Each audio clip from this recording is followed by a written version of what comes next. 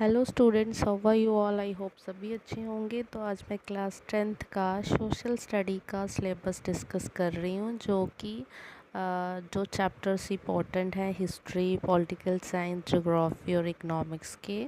तो इसमें सारे चैप्टर ही आपके सामने स्क्रीन में शो हो रहे होंगे। तो जो मैंने रेड से मार्क किए हुए हैं, ये चैप्टर्स इम्पोर्टेंट हैं जिनको आपने अच्छे से पढ़ना और थोड़ा डिटेल में पढ़ना है। बाकी जो है वो आप स्किप कर सकते हो।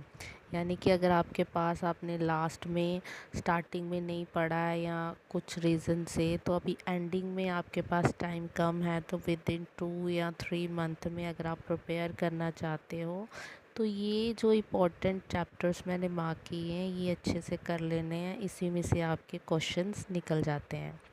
So let's start. तो मैं आपको चैप्टर थोड़ा डिस्कस कर देती हूँ ताकि आप थोड़ा प्रिपेयर कर लो अच्छे से एग्ज़ाम के लिए, जो कि आपके मार्च में होंगे। सो फर्स्ट ऑफ ऑल हम हिस्ट्री की बात करते हैं। तो हिस्ट्री में आपके बहुत सारे चैप्टर्स हैं, लेकिन आपको nationalism in India and the rise of nationalism in Europe ये अच्छे से करना है, क्योंकि फर्स्ट चैप्टर में आपको नेशनलिज्म यूरोप में कैसे राइज हुआ था और दूसरा नेशनलिज्म इंडिया में कैसे हुआ था। तो यूरोप का और इंडिया का दोनों के रिलेटेड क्वेश्चन आते हैं। उसके बाद print culture and the modern world, ये कि थोड़ा पास्ट का और मॉडर्न वर्ल्ड के साथ रिलेट किया गया हुआ टेक्नोलॉजी, जो भी इन्वेंशंस हुई हैं उसके रिलेटेड।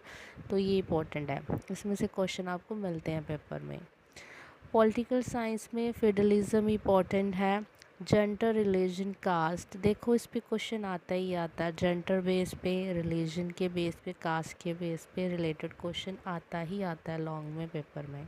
पॉलिटिकल पार्टीज़ के नाम याद कर लीजिए, उसके 1-2 मार्क्स के क्वेश्चन रहते हैं, लॉन्ग में क्वेश्चन नहीं आता है।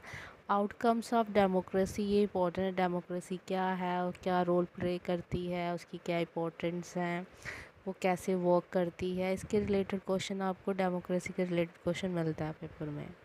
उसके बाद है ज्योग्राफी। देखो अगर किसी से हिस्ट्री नहीं हो रही है, हिस्ट्री नहीं लर्न हो रही है, तो वो हिस्ट्री के 2 चैप्टर्स फर्स्ट और सेकंड कर ले, या वो भी अगर मुश्किल हो रहा है तो नेशनलिज्म इन इंडिया का चैप्टर ज़रूर करना है।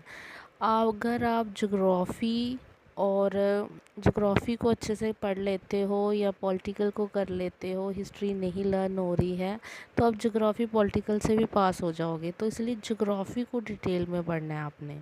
तो ज्योग्राफ़ी में आपने रिसोर्सेज और डेवलपमेंट का फर्स्ट चैप्टर अच्छे से करना है।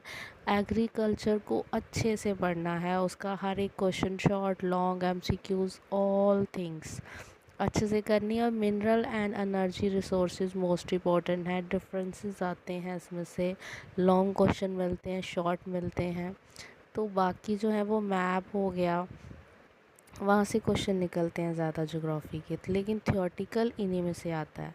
इकोनॉमिक्स में आपके टोटल चैप्टर हैं 4। तो अगर कोई बच्चा ज़्यादा अच्छे से पढ़ सकता है वो तो 4 करेगा। 4 नहीं, अगर 3 करते हो तो इकोनॉमिक्स के सारे क्वेश्चन अटैम्प्ट हो जाएंगे, अगर 3 चैप्टर पढ़ के जा रहे हो। अगर 3 नहीं होते हैं तो 2 आपको अच्छे से करने हैं। कौन सा? एक आपने करना है कि डेवलपमेंट। उसके बाद सेक्टर 3 है, बस 3 सेक्टर्स के बारे में पढ़ लेना, जो चैप्टर सेकंड है। उसके बाद है ग्लोबलाइजेशन एंड इंडियन इकोनॉमी, ये मोस्ट इम्पॉर्टेंट है। ग्लोबलाइजेशन के रिलेटेड क्वेश्चन आपको मिलता है पेपर फाइनल में। तो ये ओवरऑल आपको एक ओवरव्यू था कि आपको क्या क्या पढ़ना है, कौन से चैप्टर प्रिपेयर करने हैं। तो अगर आपको मेरा वीडियो अच्छा लगा तो मुझे कमेंट कीजिएगा कि आपको इसके रिलेटेड और वीडियोस चाहिए, फिर मैं उस चैप्टर के या उस सिलेबस के रिलेटेड वीडियो अपलोड कर दूँगी। So that's all. Please subscribe and share my channels and thank you so much मेरी वीडियो को देखने के लिए। और आप तैयारी कर दो अच्छे से, अभी से स्टार्ट कर दो ताकि आपके फाइनल में अच्छा स्कोर हो जाए। Thank you so much.